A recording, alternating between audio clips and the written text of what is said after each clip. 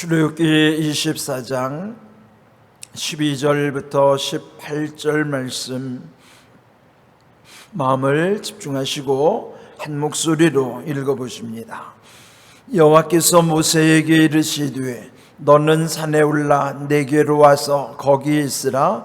네가 그들을 가르치도록 내가 율법과 계명을 친히 기록한 돌판을 네게 주리라. 모세가 그의 부하 여호수아와 함께 일어나 모세가 하나님의 산으로 올라가며 장로들에게 이르되 너희는 여기서 우리가 너희에게로 돌아오기까지 기다리라. 아론과 훌이 너희와 함께 하리니 무릇 일이 있는 자는 그들에게로 나아갈지니라 하고 모세가 산에 오르매 구름이 산을 가리며 여호와의 영광이 시내 산 위에 머무르고 구름이 엿새 동안 산을 가리더니 일곱째 날에 여호와께서 구름 가운데서 모세를 부르시니라. 산 위에 여호와의 영광이 이스라엘 자손의 눈에 맹렬한 불같이 보였고 모세는 구름 속으로 들어가서 산 위에 올랐으며 모세가 40일 40야를 산에 있으니라. 아멘. 우리는 지금 출애굽기를 묵상하고 있습니다.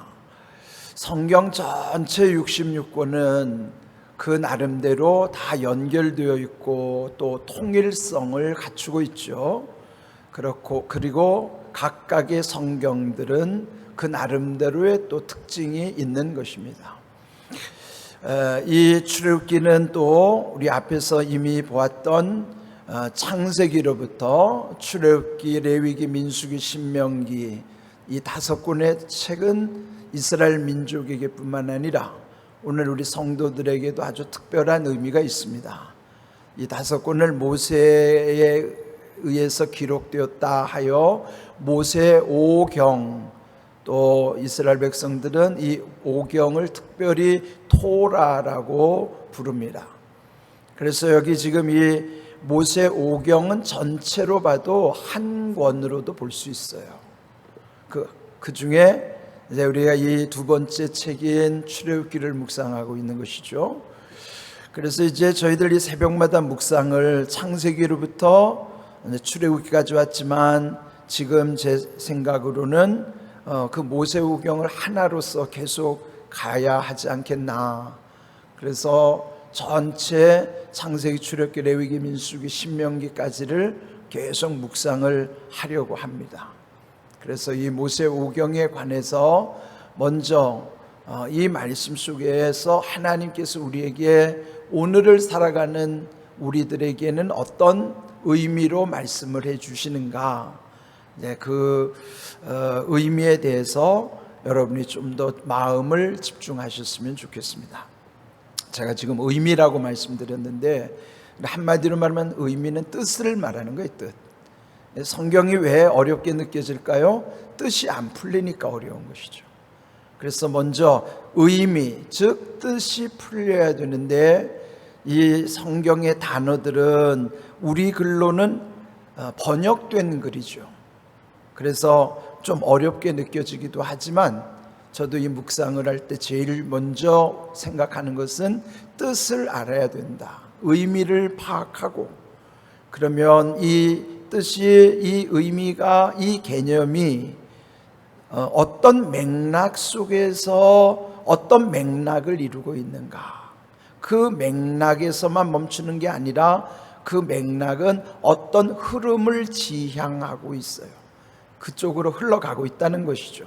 그 흘러간 것이 오늘 우리에게까지도 흘러왔지만 또 미래를 향하여 끊임없이 흘러가는 거예요. 그래서 지금 제가 말씀드린 세 가지가 중요해요. 의미, 뜻, 즉 개념이라고 하는 것이 맥락과 어떤 흐름으로 가고 있다는 것. 개념, 맥락, 흐름. 이것은 성경의 구조뿐만 아니라 우리의 삶 속에서도, 우리 역사 속에서도, 우리의 관계 속에서도 이 개념과 맥락과 흐름은 다 연결되는 아주 중요한 것이에요. 그러므로 여러분 성경에 있어서 이런 어떤 의미가 어떻게 맥락 속에서 흘러가느냐, 이런 어떤 통찰력이 있으면 이것은 이제 하나님이 주시는 지혜죠.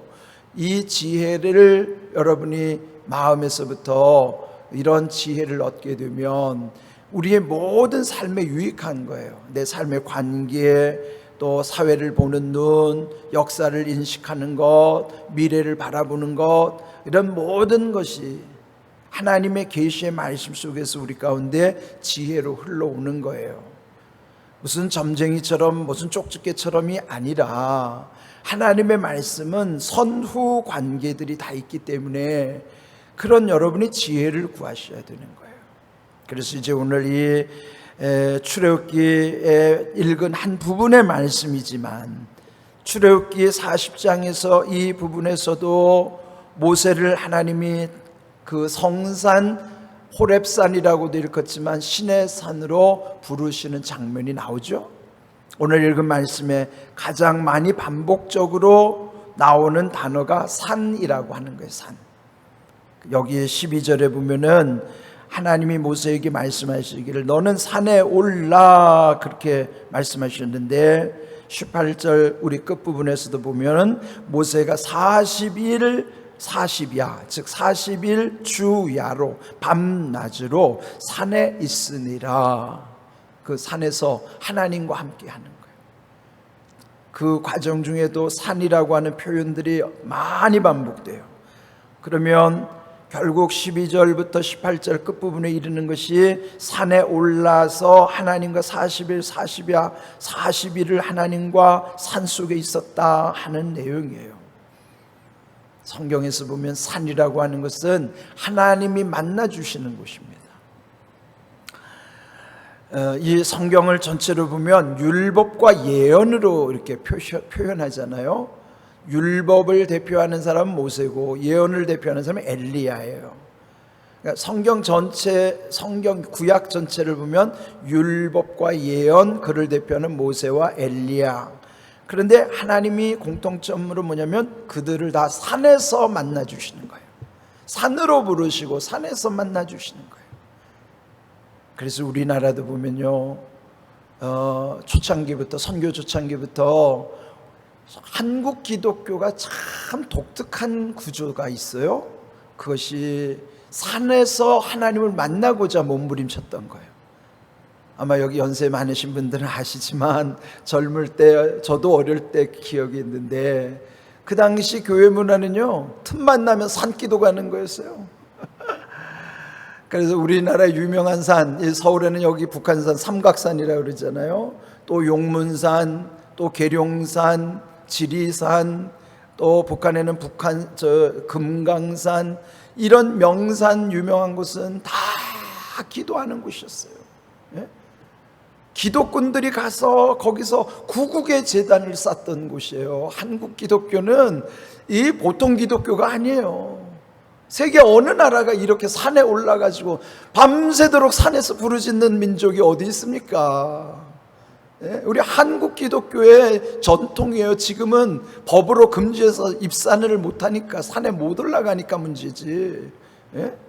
초기 기독교는요, 하나님이 모세와 엘리야를 산으로 부르신 것처럼 우리 신앙의 선배들, 선조들은 산에 올라가서 기도했어요. 밤새도록 부르짖으면서 기도한 거예요.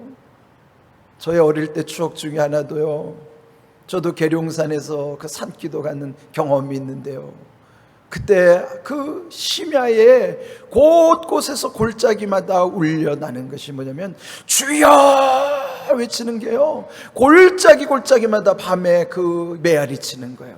예? 그 기도 소리가 골짜기마다 주여 주여 주여 쩌렁 외치면서 산마다 막 메아리가 치는 거예요. 한번 상상해 보세요. 밤새 주여 주여 부르짖는 소리가 그 산을 쩌렁 울린다고 생각해 보세요. 한국 기독교가 그런 기독교라고요. 세계 기독교에서 한국 기독교 같은 전통이 없죠. 예? 그래서 지금 산에 올라가지는 못하지만 그 산은 하나님 만나고자 하는 목적이 있었던 것처럼 오늘 그 산은 우리에게 어떤 의미일까요? 교회가 산이 되어야 됩니다. 우리 공항교회가 하나님 만나주시는 성산과 같은 곳이어야만 한다 이 말이에요. 그래서 이 제단에서 쩌렁쩌렁 울리도록 주여 주여 주여 외치는 소리가 옛적에서는 산에서 했지만은 지금 산에 갈 수 없는 형편이라도 이곳 제단에서 주여 주여 쩌렁쩌렁 울려야 돼요. 그게 우리 지금 한국 기독교의 정말 아쉬운 것 중에 하나입니다. 우리 나라와 민족을 위해서 구국의 제단을 쌓았던 기독교, 자기 하나 잘 되기 위해서 기도한 것이 아니라 이 나라 이 민족을 살리기 위해서 기도했던 기독교라고요. 무당들이나 점쟁이한테 찾아가지고 자기 잘 되는 것만 빌었던 그런 무속과 달랐어요. 우리는 이 민족과 이 나라가 바르게 세워지도록, 오늘날 이 나라 이 민족이 이렇게 된 것이 그냥 된 게 아닙니다. 우리가 잘나서 된 것도 아니에요. 초기 우리 선배들이 밤새도록 이 나라 민족을 위해서 눈물 흘리며 기도했던 결과라고요. 우리 그거 잊으면 안 됩니다. 제가 오늘 아침에 묵상하다가 이 하나님이 모세를 부르시는 가운데 산을 이렇게 강조하는 거예요. 산에 올라 그러면서 왜 산으로 부르셨는가? 이미 앞에서도 모세는 그 호렙산 시내산을 몇 번 오르락내리락 했어요. 그런데 여기서는 왜 유독 또 산을 강조하실까? 여기 12절 보시면 산에 올라 내게로 와서 거기 있으라, 산에 있으라는 거예요. 네가 그들을 가르치도록, 그 백성을 가르치도록 하기 위하여 내가 율법과 계명을 친히 기록한 돌판을 네게 줄 것이라. 얼마나 영광스럽습니까? 하나님이 돌판을 직접 새기셔서 모세에게 주셔서 모세로 하여금 그 백성에게 가르치도록 하시겠다는 것입니다. 그 명령을 순종하여 13절 모세는 그 부하 여호수아만 데리고 하나님의 산, 특별히 여기 하나님의 산으로 올라갔다고 그랬죠. 올라가기 전에 장로들에게 부탁하는 거예요. 우리가 다시 내려올 때까지, 돌아올 때까지 기다리라. 지금 모세는 가서 며칠일 동안 있을지 알지도 못하고 올라가는 겁니다. 물론 여기 18절 끝에 보면 40일 밤낮을 지냈다고 그랬는데 모세가 처음부터 40일을 알고 간 게 아니에요. 어쨌든 돌아올 때까지 기다려라 그러면서 거기 그 부재 중에 모세가 없을 때를 대비하여 아론과 훌에게 직무를 다 맡기고 올라가는 것입니다. 올라가는 절차도 15절 모세가 산에 오르매, 산이 또 계속 강조되죠. 구름이 산을 가리며 여호와의 영광이 시내 산 위에 머무르고 구름이 엿새 동안 산을 가리더니 일곱째 날에 여호와께서 구름 가운데서 모세를 부르시느니라. 모세야, 에코 소리가 들리는 하나님의 음성을 들을 때 즉시 들려진 게 아니었어요. 산에 올라갔어도 엿새를 더 기다렸어요. 그 앞에 보이는 것은 온통 구름이 빽빽하게 여호와의 영광만 보여주시고 하나님의 음성이 들릴 때까지 엿새 동안 산 위에서 기다리고 있는 거예요. 이게 무슨 의미일까요? 하나님께 나아갈 때는 준비가 필요하다는 것이죠. 하나님이 모세를 준비시키는 동안 엿새 동안을 기다리게 하시는 거예요. 그게 엿새가 될지 며칠이 될지 알지도 못하는데 모세는 묵묵히 하나님이 부르실 때를 꿋하게 기다리면서 그 성산에서 대기하고 있는 거예요. 여러분, 이 성산에서 대기했듯이 오늘 성전에서 이렇게 우리는 하나님의 임재를 준비하면서 기다리는 거예요. 기다려야 하는 거예요. 그럴 때 하나님이 마침내 일곱째 되는 날 그 구름 가운데 모세를 부르시는데 17절 또 산이 강조되죠. 그 산 위에 여호와의 영광이 또 멀리서 바라보는 이스라엘 자손의 눈에는 마치 맹렬한 불같이 보여졌고 모세는 구름 속으로 들어가서 마침내 그 산 위에 올랐고 40일 밤낮을 산 위에 있었다 그랬습니다. 40일이라고 하는 것은 첫 번째 돌판, 그런데 이제 나중에 40일 후에 그 백성이 이 산 밑에서는요 송아지 우상을 만들어 놓고 또 우상을 숭배할 때 모세가 그 돌판에 새겨진 것을 결국 그들에게 던지잖아요. 그 깨진 것을 또다시 하나님이 그 돌을 준비해 가지고 오게 하시고, 두 번째 돌판을 받을 때도 또 우리가 나중에 보겠지만 34장 28절에 보면 또 40일 동안을 그 산에 머무르면서 하나님과 깊은 교제의 시간을 갖는 것입니다. 여러분, 이 모세가 하나님께 나아가는 과정이 곧 오늘 우리에게는 예배자의 마음가짐과 태도입니다.